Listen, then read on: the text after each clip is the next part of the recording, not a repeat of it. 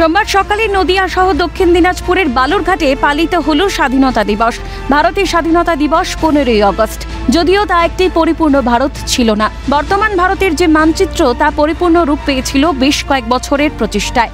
1947 সালে 15ই আগস্ট ভারতবর্ষ স্বাধীন হলেও নদিয়া, রানাঘাট, কৃষ্ণনগর, শান্তিপুর, শিবনিবাস এবং নবদ্বীপ সাব ডিভিশন দক্ষিণ দিনাজপুরের বালুরঘাট পূর্ব পাকিস্তান অর্থাৎ অধুনা বাংলাদেশের অন্তর্ভুক্ত হয়। ফলে দেশ বিভক্তির সময় ভারতবর্ষের মানচিত্র থেকে বাদ পড়ে যায় নদিয়া ও দক্ষিণ দিনাজপুরের বালুরঘাট। পরে অনেক প্রচেষ্টায় নদিয়া ও বালুরঘাটকে ভারতের অন্তর্ভুক্ত করা হয়। নদিয়া জেলা জুড়ে সাড়ম্বরে পালিত হল স্বাধীনতা দিবস। রানাঘাট চূর্ণী নদী তীরে পতাকা উত্তোলন করা হয়।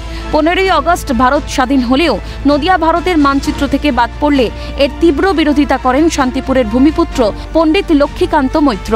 তার উদ্যোগ ও জওহরলাল নেহেরুর প্রচেষ্টায় 17ই আগস্ট নদিয়া, শান্তিপুর, রানাঘাট, শিবনিবাস, কৃষ্ণনগর এবং নবদ্বীপকে ভারত রাষ্ট্রের অন্তর্ভুক্ত করা হয়।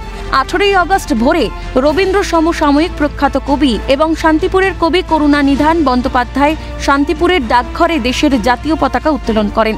সেই থেকেই ভারতের স্বাধীনতা দিবসের 3 দিন পর নদিয়ায় স্বাধীনতা দিবস পালন করা হয়। রাডক্লিফের ঘোষণা অনুযায়ী নদিয়া জেলা তখন পাকিস্তানভুক্ত ছিল এবং নদিয়া জেলার বিভিন্ন জায়গায় পাকিস্তানি পতাকা উত্তোলিত হয়। নদিয়া জেলা 3 দিন পর অর্থাৎ এই 18ই আগস্ট স্বাধীনতা লাভ করে।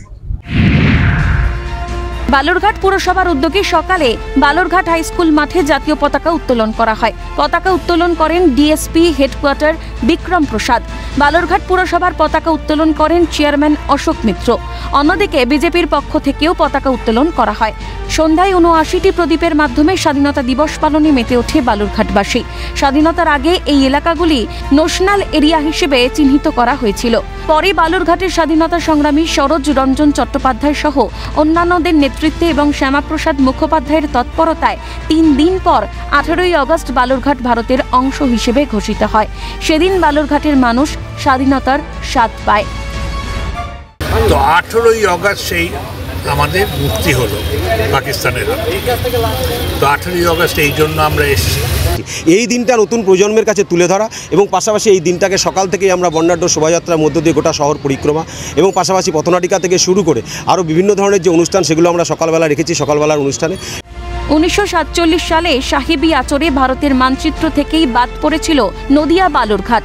মুহূর্তেই বদলে গিয়েছিল স্বাধীনতার স্বাদ।